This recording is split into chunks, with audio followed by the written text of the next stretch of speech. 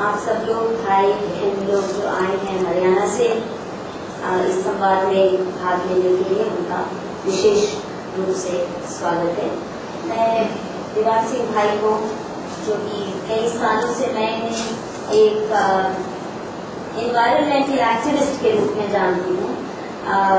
इनका विशेष रूप से धन्यवाद करना चाहूँगी, क्योंकि इन्होंने ये संवाद का सारा माहौल बनाया। माहौल तो शायद लेख ने बनाया था, टाइम जी, जो मैंने ध्यान में लिया। तो उसके बाद कुछ लोगों ने संपर्क किया, दीवान सिंह भाई ने और वो बाकी कुछ और लोगों ने भी, और ये संवाद बहुत शॉर्ट नोटिस पे 4-5 दिन के अंदर ही तय हुआ कि कुछ करना चाहिए, और शायद इसी सोमवार को मैंने ये न्योते भेजे। पहले तो ये था कि बहुत छोटे से 8-10-20 लोग सिर्फ बैठेंगे बुनियादी बात समझने की, क्योंकि इन सवालों पे जो शहरों में रहने वाले बुद्धिजीवी वर्ग के लोग या मीडिया के लोग, या मीडिया को वैसे हमने फॉर्मली किसी को नहीं बुलाया, मीडिया के लिए सेशन में नहीं था, और मीडिया में इसकी बहुत चर्चा हो रही है, जिस तरह से इस इशू को पेश किया जा रहा है, तो जाहिर था कि खाई बढ़ती जा रही है। जो हम जैसे अपने को समाज सुधारक मानने वाले, मॉडर्न मानने वाले, प्रोग्रेसिव मानने वाले लोग हैं, वो एक कई सालों से ये माहौल बना जा रहा है कि ये खाप पंचायतें क्या कर रही हैं, ये जाति बिरादरी पंचायतें क्या कर रही हैं, ये तो तालिबानी, ये सब आपने सबने इससे वाकिफ हैं आप कि ये तालिबानी फैसले दे रही हैं और इनको बैन करना चाहिए और इनको कोई हक ही नहीं होना चाहिए ये फैसलों पर बातचीत भी करने का या फैसले करने का। और जब से ये बैन शब्द का इस्तेमाल शुरू होना हुआ, अभी कुछ दिन पहले मैं तो हैरान रह गई जब हमारी प्यारी दोस्त किरण बेदी जी ने भी टीवी चैनल में जब हम डिस्कशन के लिए थे, तो बड़े पुरजोर उन्होंने इस बात की बहस की कि खाप पंचायतें, जाति पंचायतें, सबको बैन कर देना चाहिए। और हमारे कुछ लोग, हमारे दोस्त लोग तो इस पे सिग्नेचर कैंपेन भी चलाना शुरू हो गए हैं कि आधुनिक युग में इन पंचायतों की कोई आवश्यकता नहीं होनी चाहिए, कोई जगह नहीं होनी चाहिए। तो जब लोग इस तरह की बातें करते हैं जो कि संविधान के भी खिलाफ है, क्योंकि हमारे संविधान में फंडामेंटल राइट्स जिसको कहते हैं, बुनियादी जो अधिकार दिए गए हैं, उनमें राइट टू एसोसिएशन एक मुख्य अधिकार है।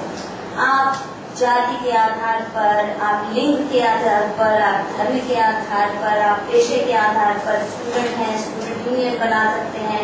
ट्रेड यूनियन बना सकते हैं। अब तो हमारे बहुत से दोस्त ये भी कहते हैं कि सेक्स वर्कर्स की यूनियन को भी आप वही दर्जा दीजिए जो और ट्रेड यूनियंस को देते हैं। बाकी सब चीजों में हम मानते हैं कि सबको अधिकार होना चाहिए एसोसिएशन का, चाहे जिसकी रूप में हो। पर तथाकथित जिनको पारंपरिक ट्रेडिशनल पंचायतें माना जा रहा है, उनके बारे में कहा जा रहा है कि तालिबानी फैसले हैं, पुरातन युग के हैं, इनका आधुनिक युग में कोई जगह नहीं होनी चाहिए। संवाद का बुनियादी आधार हम ये मानकर चल रहे हैं कि कौन कितनी परंपरा चलाना चाहता है, ये उसको खुद को अधिकार होना चाहिए। कौन कितना आधुनिक बनना चाहता है, उसको खुद तय करने का अधिकार होना चाहिए। और इसलिए जो लोग बैन की राजनीति चाहते हैं, मुझे इस बात से लगा कि क्योंकि दिल्ली में ऐसी कैंपेन्स जो चलती हैं कानून बदलाव के लिए, पिछले 3 दशकों में हमने देखा बहुत बुनियादी फैमिली लॉज में, पारिवारिक मसलों में, डाउरी के खिलाफ, तलाक कानून में, कई कानूनों में बहुत बड़े बड़े बदलाव आए हैं। और उन बदलावों की सारी जो मुहिम चली है वो शहरों से चली है। जो अपने को समाज सुधारक मेरे जैसे लोग मानते हैं, उन्होंने चलाई है। तो हम जैसे लोगों को शायद एक गलतफहमी होने लगी है कि केवल हम ही बता सकते हैं कि समाज को किस रास्ते पे चलना है। ये दो राय नहीं कि आज एक टकराव का माहौल है, और जो हमने ये डायलॉग की शुरुआत की है, इसका मुख्य मकसद यही है कि टकराव से हटकर बात संवाद की तरफ चले, एक दूसरे की बात बाइज्जत सुनी जाए, आपकी क्या कंसर्न है और जो लोग आपसे खफा हैं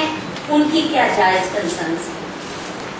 एक तरफी बात ना हो और इसलिए संवाद के माहौल में चले। यहाँ पे मुझे नहीं लगता कोई भी तू मैं या उंगली उठाने के स्वर में बात करने वाला है, पर मैं फिर भी गुजारिश करूंगी कि सवाल जवाब भी किए जाएं, तीखे से तीखे और स्पष्ट से स्पष्ट सवाल किए जाएं, उसमें कोई लिहाज नहीं होना चाहिए। जो आपकी कंसर्न हमारी कंसर्न, पर माहौल झगड़े का नहीं होना चाहिए, संवाद का ही बना रहना चाहिए। और इसके साथ साथ जो हमने ये न्योता भेजा था